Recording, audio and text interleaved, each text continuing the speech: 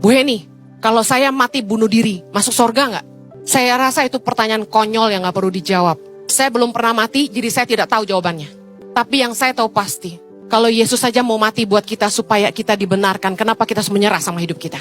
Selama Anda tidak menyerah, Anda masih punya kesempatan untuk bangkit dan pulih. Waktu Anda justru terjepit, ketika kita tidak punya pilihan apa-apa, ketika nggak ada seorang pun yang bisa tolong kita, satu-satunya pengharapan kita cuma Tuhan. Saya kasih tahu, adalah kesempatan Anda mengalami mujizat, keajaiban, dan berjalan dalam kemustahilan. Mazmur 46 ayat 2 berkata, Allah itu bagi kita tempat perlindungan dan kekuatan. Sebagai penolong dalam kesesakan sangat terbukti. Dia adalah penolong kita dalam kesesakan.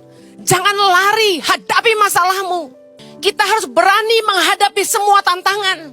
Kalau Anda punya hutang yang banyak, jangan kabur. Anda harus hadapi orang yang Anda hutangi.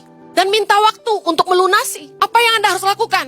Banyak kali orang kalau banyak hutang gak bijaksana. Entah dia kabur, atau dia gak selesaikan, atau malah dia pinjam hutang yang lebih besar lagi dari tempat lain.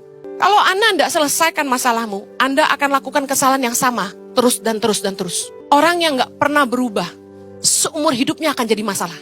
Ketika Anda punya masalah seperti ini, beranilah hadapi itu.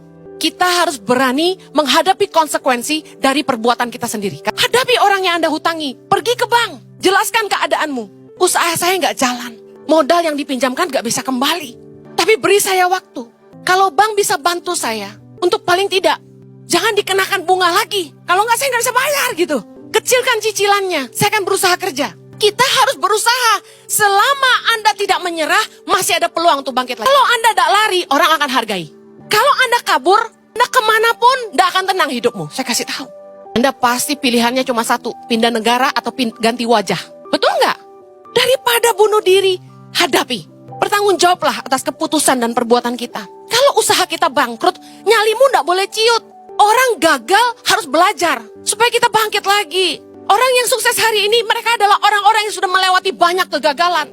Miliki tekad untuk menyelesaikan masalah kita. Jangan lari dari masalah. Selama Anda punya Tuhan, Dia sanggup menolong Anda. Amen.